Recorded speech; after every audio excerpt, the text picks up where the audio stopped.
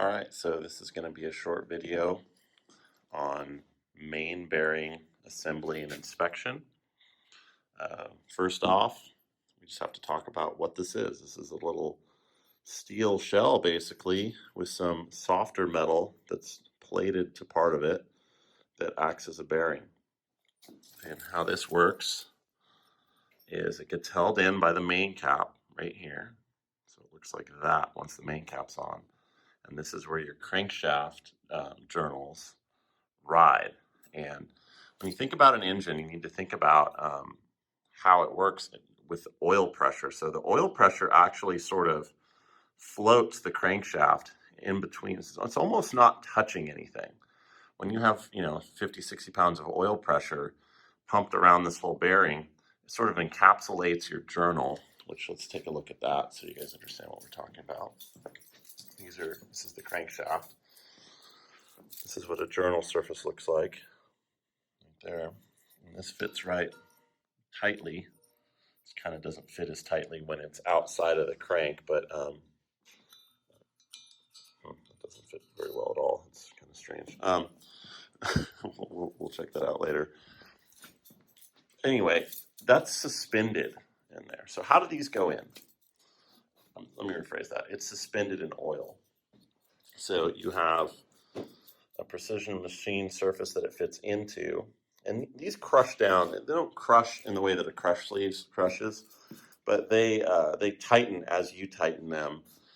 So just holding this next to your crank outside of the engine isn't going to give you a really good example of how big it is, because they sort of spring down in to the surfaces where they live. So how does that work? So we have on one side, by the way, here's the number. It says lower. It says the important number you need to remember is right there, that 0.010. So cranks are sold in standards. So you'll have a standard size for any particular engine, and then as they get marred up, they need to get machined. So this surface gets smaller. If a crank is freshly machined off of whatever its standard is, like say they took 10 thousandths off, that would give you that number 10,000. So this is a standard small block Chevy crank that's been machined 10 thousandths of an inch off of every journal, so you can run, to get past all of the roughness that may have been on there. And then that gives you 10 under bearings. So how these go in is you have a keeper right here, or a keeper or a lock, depends on what you want to call it, and they just kind of pop into place. But if you look, it actually takes some. This is hard to do while I hold the camera.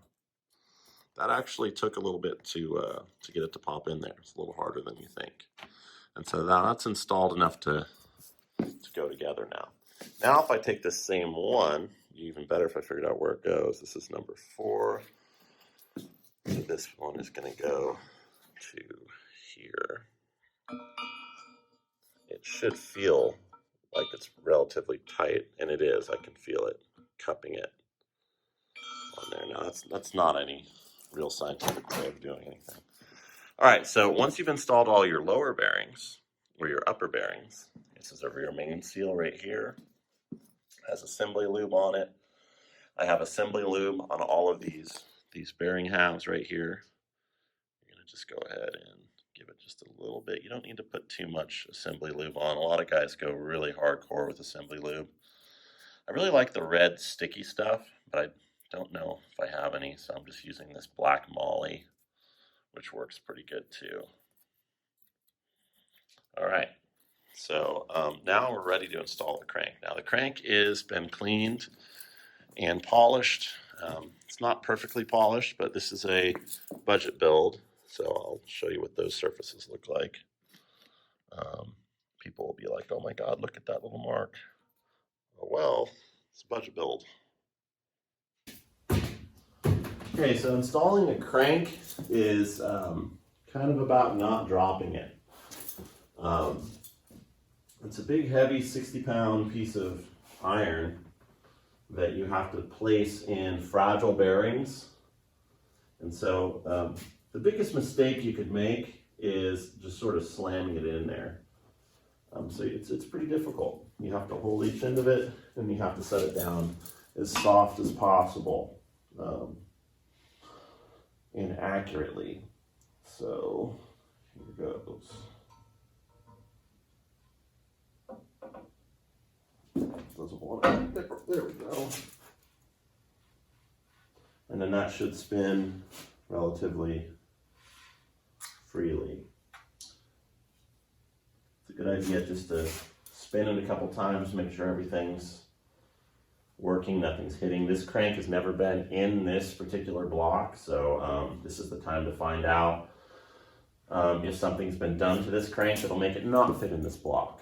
What do I mean by that? Well, cranks get balanced all the time. Every machine shop has a different way of balancing them too. And they weld and cut and grind, and if someone were to weld, say on the edge here, it could hit in this block. And let's say a machine shop does that and they check it, but they check it with a different block. So this crank fits okay. I can put the main caps on now. So anytime you ever assemble an engine, you need to train yourself to work from the middle out. So start with your center main cap. Now, people label these different ways. This engine's been rebuilt by a machine shop, so it has labels. It's already been punched. So the center one is number 3. So I have number 3. Where's it at? Number 2, number 1, and number 3. So it's kind of funny. It's marked. Great. This is strange. It's marked both ways. It says it has 3 punches, but it also says number 4. So we have to sort of check that against all of them.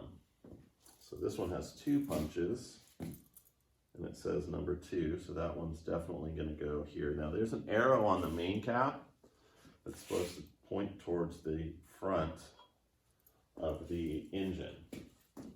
So at this stage in the game, this isn't a final assembly. The way I have my students check clearances is 2 ways. What's a clearance? I should really go over that, huh? A clearance is how much distance there is between the bearing and the crank journal, and that's measured within thousandths of an inch. So you want 2,000, 3,000 thousandths of an inch. You don't want it to be any tighter than that. That's too tight. So how do you measure that? Well, you can put the bearing inside of the block and inside the main cap, and then tighten it down and torque it to spec. Then get in there with a measurement tool and just measure it and subtract that off of whatever the actual machined circumference of the crankshaft is. Or you can use a plastic gauge, which also works really well. That'll give you a more dynamic measurement, meaning plastic gauge is just a little piece of plastic that's a specific size that gets smushed down to a more specific readable size. So you'll put it in, you'll tighten it, and you'll pull it out, and you'll see. And so when I have my students do that, we don't move the crank. We set the crank in one stationary spot. We put everything in it, plastic gauge it, and then you pull them all out and read them. And what that does is that'll give you a measurement with torsional load on your crank. So if this is actually, if it's tight down here, it's going to affect down here. That's what I'm getting at. Plastic gauges. Checking clearance. So when you're checking clearance with plastic gauges, what you have here is this little piece of wax string, and you're going to set it on the bearing clearance that you want to check. And then we'll go ahead and tighten down this main cap and torque it all to spec. And then we'll come back and we'll be able to read how much clearance is there. All right, so we went ahead and torqued down this main cap and then took the bolts off of it, and we're going to pull it off now. And you're going to see there's a line that plastic gauge left. You have to scratch that off with your fingernail. But what that is that plastic gauge has been compressed down to that size, and that will tell you you come in here with your chart. You see what I'm doing right here. And that is 2 thousandths. So that has 2 thousandths clearance. 2 thousandths of an inch. That's perfect. So we're good right there.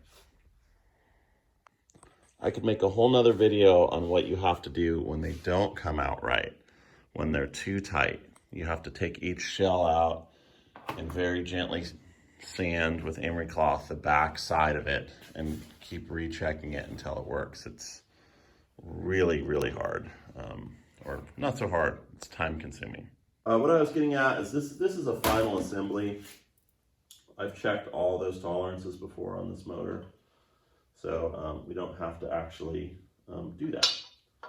Probably not the best idea for an assembly video, but it is what it is. So anyway, start with the middle. Make sure they're facing the right direction. Make sure you put assembly lube on them. And just sort of, this is one of the more gratifying parts of building an engine, when you actually see it start to come together. It's kind of fun. You're like, whoa, it didn't have a crank and now it has a crank. Or it didn't have pistons, now it has a piston. And before you know it, it's in your car running, and you feel really, really accomplished because you've done something that 99% of people can't do, which is build an engine. On this rear main, we have to talk about how to seal it. Now, there's a lot of different ways that people will, I shouldn't say ways, there's a lot of different theories on how to do that.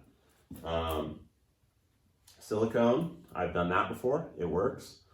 Anaerobic gel, done that before, it works. This one, I'm gonna use a little bit of aviation formigasket, which if you guys take my class, you guys know that I will put that stuff on my toast in the morning. I love it so much. So I'm gonna go get a little bit of that and I'll show you. I'm not gonna go over the torquing procedure today. Not that you guys know what today is, since this is all getting filmed and edited. I just want to go over your very first stage, which is hand tight. And that's where I think a lot of people, at least a lot of my students, tend to forget that. Your first stage isn't really done with a torque wrench. You just tighten it just snug, just barely tight at all. Just all the way bottomed out with a wrench and putting no pressure on it.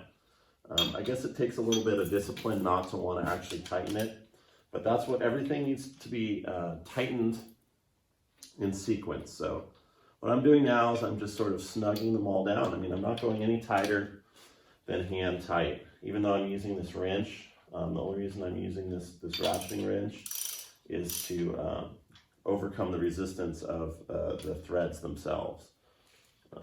Or the thread interference would be the correct term. Once you actually get them all hand tight, I like to go through and sort of guesstimate 10 pounds of torque. That helps you, torque wrenches only, some of them start at 30, some of them start at 10. But so like, take the center cap. Always start in the center and work your way out. I'll just go ahead and just slightly tighten those, just a little bit back and forth until they feel like they're both tight. Now I just put approximately 10 foot-pounds on that. And then the outer ones, same way. And then I'll do that on this one, here, here. And what I'm feeling with that I don't think you'd feel with a big torque wrench is I'm feeling it slip into its register. So blocks are machined to hold this, this main cap very tightly. It's an interference fit, meaning it drags in. It's maybe 1/1000th smaller than actually what fits in there. So the metal has to very slightly distort as it slides into its register. So I'm just wanting to make sure that it's actually going in. Now see, this feels really weird. This is just the threads on this one have a lot of interference, which I want to feel it actually get looser, and it kind of didn't, and I'm just going to ignore it. So this, same thing, probably because it's crushing down that main seal back there, so it just feels a lot weirder. A little bit too much assembly lube on that. So these have all been hand tightened right now. So hand tight, hand tight, hand tight, hand tight. I'm not really putting any torque on these at all. I'm just getting them just on there. And it's really good when you work and build engines to work in stages so that you don't lose track. And the whole reason why I'm not torquing it today is because I'm not prepared. My good torque wrench is at my house. I like to leave it in steps. So the way I build an engine is I actually put paint on every bolt that I torque when it's finally torqued. We'll go over that next video, but today is just about seating it into place. And like I said, I'm putting maybe 15, maybe 20 foot-pounds of torque on all these, just to sort of start somewhere. Okay, and I'm sort of alternating around. I'm not really doing anything that can harm at this point. Once it's in there, it's a good time to see if it spins. Sometimes when you get a lot of assembly lube on there, they won't want to spin. Oh no, that feels pretty good. Sometimes they spin easier than others.